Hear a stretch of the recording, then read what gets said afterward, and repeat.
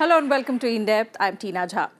US President Donald Trump and North Korean leader Kim Jon Un met in Vietnam on 27th February, 8 months after their first high-profile meeting in Singapore. The meeting in Hanoi over 2 days will include a one-on-one conversation as well as formal talks. This meeting builds on the groundwork of what was achieved at the Singapore summit in June last year. Experts say that the Singapore meeting ended only with a vague statement promising to work towards complete denuclearization of the Korean peninsula.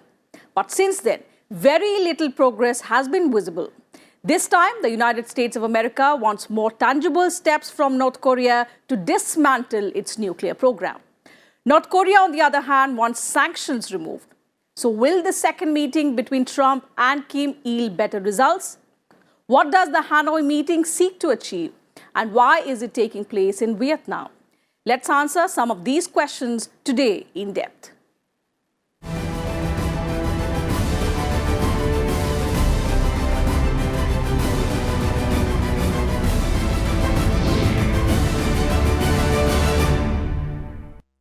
So US President Donald Trump and North Korean leader Kim Jon Un met for a second time in less than a year. The meeting was held at Hanoi's French colonial-era Metropole Hotel at 6:30 p.m. local time. Both leaders had a 20-minute one-on-one conversation.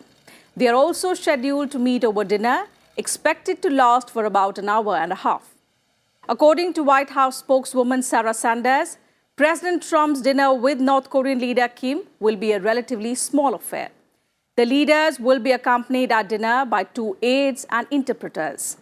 The participants from the US side would include US Secretary of State Mike Pompeo, Assistant to the President and Acting Chief of Staff Mike Mulvaney, and North Korean interpreter Lee Yoon-hyang. The North Korean side will comprise a Vice Chairman of the Central Committee of the Workers' Party of Korea, Kim Yong-chol, Minister of Foreign Affairs Ri Yong-ho, and interpreter Sin Ha-yong. Donald Trump and Kim Jon Un will hold formal talks on Thursday. Although the exact agenda is not known, it is expected that the US president will push North Korea to curb its nuclear ambitions and denuclearize the Korean peninsula.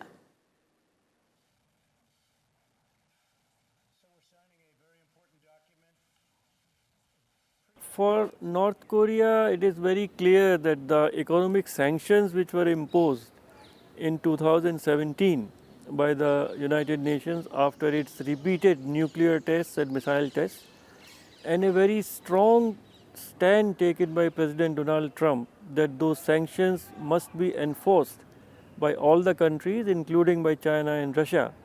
All those sanctions are hurting North Korea.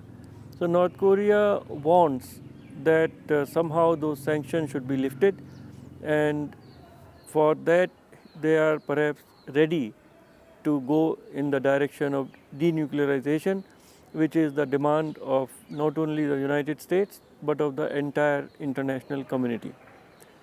On the United States side, they see this as an opportunity to have peace on the Korean peninsula. They have 27,000 troops in South Korea, and 2017 there was a lot of tension between United States and North Korea, and the whole world thought that they may come to some kind of a conflict situation. So United States wants that the situation in Korean peninsula should be stabilized, and this threat of war between United States and North Korea should be removed.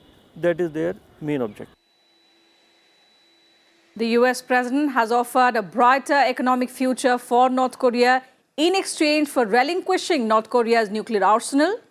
Just hours ahead of the summit meeting in Vietnam, Donald Trump touted North Korea's potential to become an economic powerhouse. In a Twitter message, Trump said, by abandoning nuclear weapons, the country would very quickly emulate Vietnam, a communist country once locked in conflict with the United States, but now a thriving trade partner. In return, Kim would expect significant US concessions, such as relief from punishing sanctions. Pyongyang insists it has already taken major steps by not testing ballistic missiles or nuclear weapons for more than a year and blowing up the entrances to its atomic test site. The country also wants increased security guarantees, which could come in the form of a declaration of an end to the 1950-53 Korean War that culminated with an armistice instead of a full peace treaty or opening liaison offices. Besides, it also expects to see the removal of the US nuclear umbrella for South Korea. We can expect movement basically in three directions. One is denuclearization. The denuclearization of the Korean peninsula, what does it mean? Does it mean denuclearization only of North Korea? Or does it mean also of the region around North Korea? Because North Korea says that the whole Korean peninsula should be denuclearized, not only North Korea. Then the second issue is of peace between North Korea and United States. The Korean War ended in July 1953 with an armistice. There is no peace agreement between the warring parties. And the warring parties are actually four: North Korea, South Korea, China, and UN Command, which basically means United States. So there we can expect some movement, that there would be some kind of a peace treaty or peace agreement between the four warring parties, and there could be some timeline for that. And the third important aspect of tomorrow's summit would be the lifting of the sanctions, because North Korea is reeling against economic sanctions which have been imposed by the United Nations because of the repeated nuclear tests by North Korea. And North Korea wants that those sanctions should be eased, if not totally lifted. So in that direction also we can expect some progress. Well, from the American side, the main objective of the summit is denuclearization of North Korea, which means North Korea should give up all its nuclear weapons and dismantle its nuclear infrastructure.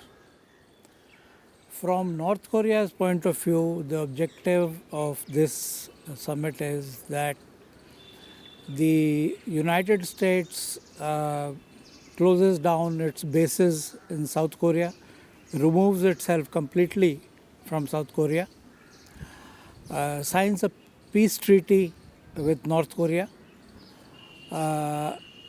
and basically guarantees that it does not pose any threat, military threat to North Korea. Several reactions are pouring in about the talks between American President Donald Trump and North Korea's leader Kim Jong Un. Hosting such a major summit in Vietnam is also seen as a sign of North Korea of what it could aspire to achieve. Let's look at the messaging in detail.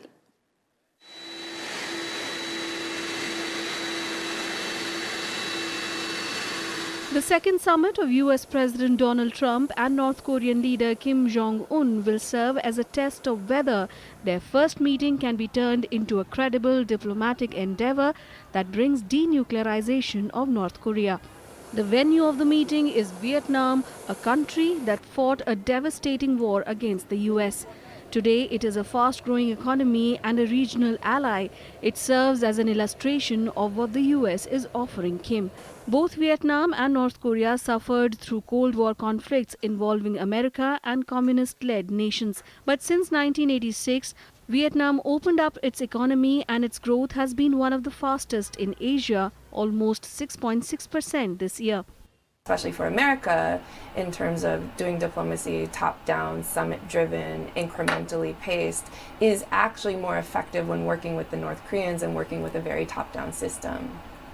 So there is some room for him to claim success on starting to build a different relationship with North Korea and opening a door to a very real opportunity.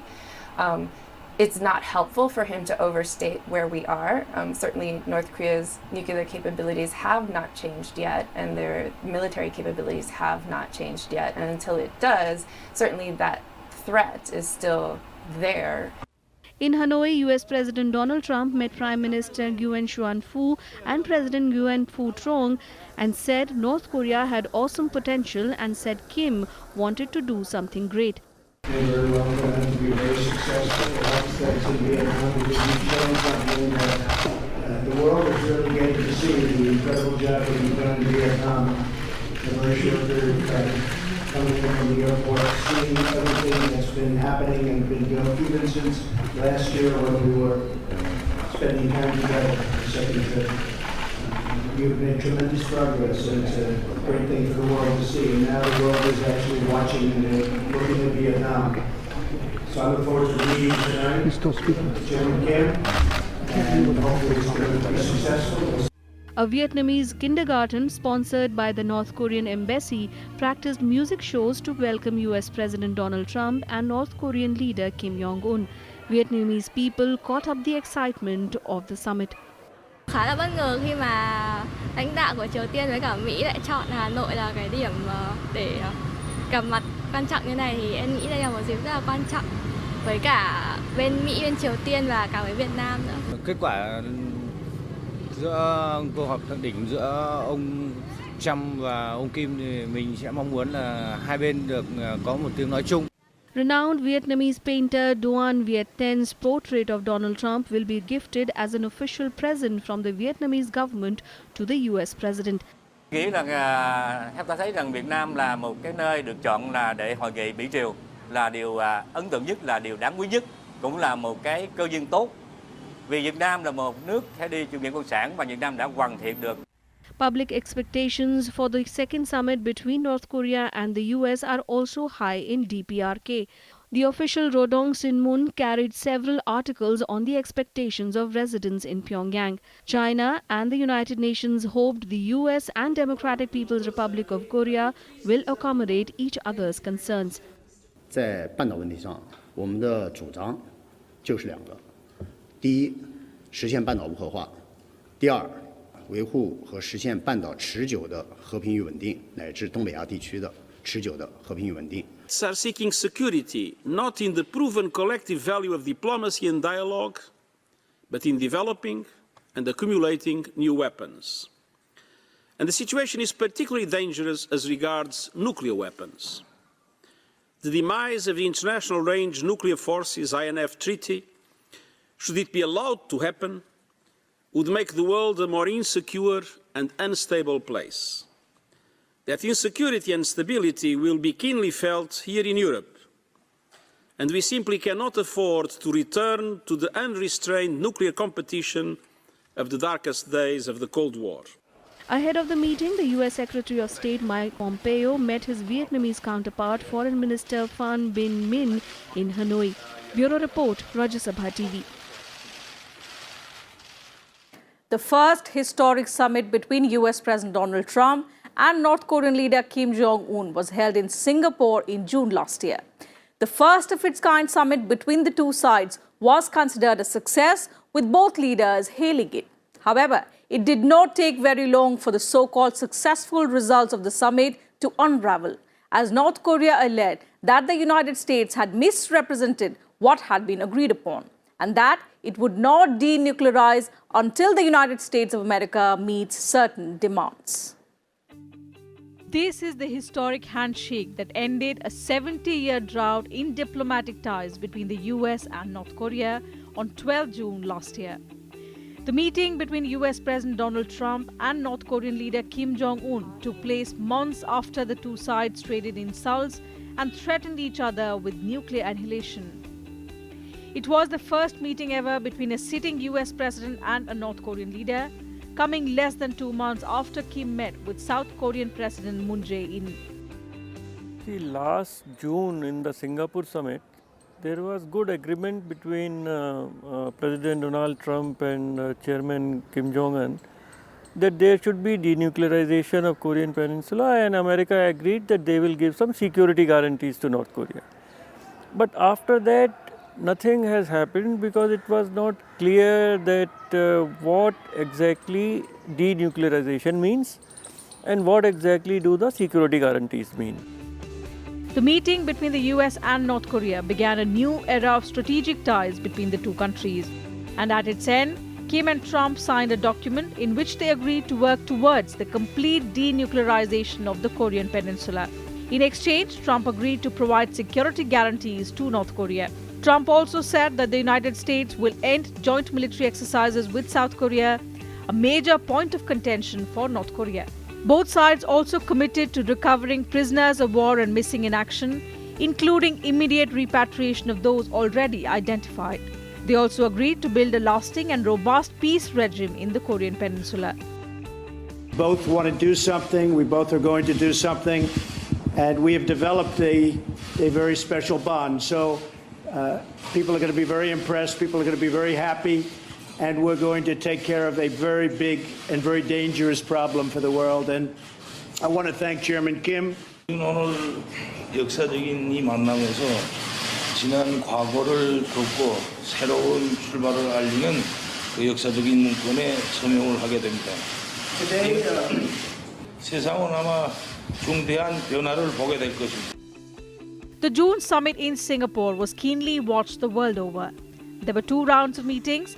The first one, a one-on-one meeting that went on for 45 minutes, followed by delegation-level talks. Donald Trump described the meeting as fantastic, honest, direct, and productive. Calling Kim smart, Trump added that the United States is prepared to start a new history with North Korea.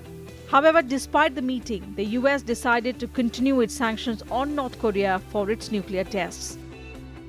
Well, it's going to be achieved by having a lot of people there. And as we develop a certain trust, and we think we have done that, Secretary Pompeo has been really doing a fantastic job, his staff, everybody. As we do that, we're going to have a lot of people there, and we're going to be working with them on a lot of other things. But this is complete denuclearization. Last year's meeting was also full of optics. Kim arrived 7 minutes early to show respect, while Trump wore a red tie, the color of the North Korean flag. 71-year-old Trump said the summit worked out far better than expected, and he's developed a very special bond with 34-year-old Kim. Bureau Report, Rajya Sabha TV. The United States of America and North Korea have mostly had hostile relations, beginning towards the end of the Second World War when Korea was divided into North and South Korea. North Korea's repeated nuclear tests, despite sanctions from the US and the UN, further worsened their relationship. However, with US President Donald Trump and North Korean leader Kim Jong Un meeting for the second time today, a new era of diplomatic relations is expected between both countries. At the end of the World War II in 1945, the United Nations divided Korea into 2 along the 38th parallel, with Soviet Union occupying the north of Korea and the United States occupying the south. With the onset of the Cold War, relationship between the US and USSR worsened, preventing a reunification. On 9th September 1948, Kim Il-sung declared the formation of the Democratic People's Republic of Korea. His move received prompt diplomatic recognition from the Soviet Union, but the US never extended diplomatic recognition to North Korea. The same year, the Western-aligned Republic of Korea was established, both DPRK and ROK claiming to be the legitimate government of Korea. In early 1949, Kim Il-sung sought Soviet and Chinese support for a military campaign to reunify the country by force. A series of bloody clashes took place along the 38th parallel, with North Korean forces pushing back South Korean and allied American units, capturing Seoul. The United Nations condemned North Korea's actions and approved an American-led intervention force to defend South Korea. China and North Korea alleged the US was deploying biological weapons. As a result of American bombings, most of the infrastructure in North Korea was destroyed. In December 1950, the United States initiated economic sanctions against the DPRK under the Trading with the Enemy Act. The Korean Armistice Agreement was signed on July 27, 1953, setting up the Korean Demilitarized Zone. However, there was no peace treaty. For many years, North Korea and United States had no relations other than those warranted by the Korean Armistice. North Korea's nuclear weapons program began in the 1980s. It began to operate facilities for uranium fabrication and conversion and conducted high explosive detonation tests. In 1994, North Korea blocked IAEA from verifying the regime's adherence to the Nuclear Non-Proliferation Treaty. Under the 1994 agreed framework, the US government agreed to facilitate the supply of 2 light water reactors to North Korea in exchange for North Korean disarmament. In 2002, however, the agreed framework fell apart, with each side blaming the other for its failure. On 9 October 2006, North Korea announced it had successfully conducted its first nuclear test. In March 2007, North Korea said it was preparing to denuclearize. The agreement was reached after 6-party talks involving North Korea, South Korea, China, Russia, Japan, and the United States. In February 2012, North Korea said it would not conduct any further tests of nuclear weapons while productive negotiations involving the United States continue. However, after North Korea conducted a long-range missile test in April 2012 under the leadership of Kim Jong Un, the United States decided not to proceed with the humanitarian food aid. In March 2013, UN imposed financial sanctions on North Korea. In March 2016, after the 4th nuclear test by North Korea, the United Nations further strengthened the existing sanctions. On January 6, 2016, North Korea claimed to have tested a hydrogen bomb, followed by a 5th nuclear test in September 2016. Under the Trump administration, the US-North Korea relations first witnessed an escalation of conflict and then a thaw. Amid a growing nuclear threat from North Korea, US President Donald Trump threatened the country with fire and fury. On November 20, 2017, Trump officially announced relisting North Korea as a state sponsor of terrorism. But soon, Trump and Kim Jong Un decided to work towards transforming relations between the two countries after decades of hostilities. On June 12 last year, the two leaders met in Singapore, in which North Korea promised to shut down its nuclear facilities. On December 20th last year, North Korea announced that it would not denuclearize until the US meets certain demands, blaming the US for misrepresenting what had been agreed upon in Singapore. The new statement suggested that North Korea wanted a reduction in the 28,500 US troops who are currently stationed in South Korea with nuclear capability. Bureau Report, Rajya Sabha TV.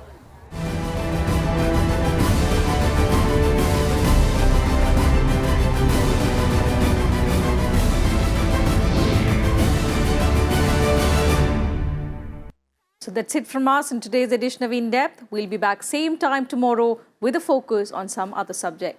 You can also watch our episodes online on YouTube and Twitter and get back to us with your feedback and suggestions. Thank you very much for your time.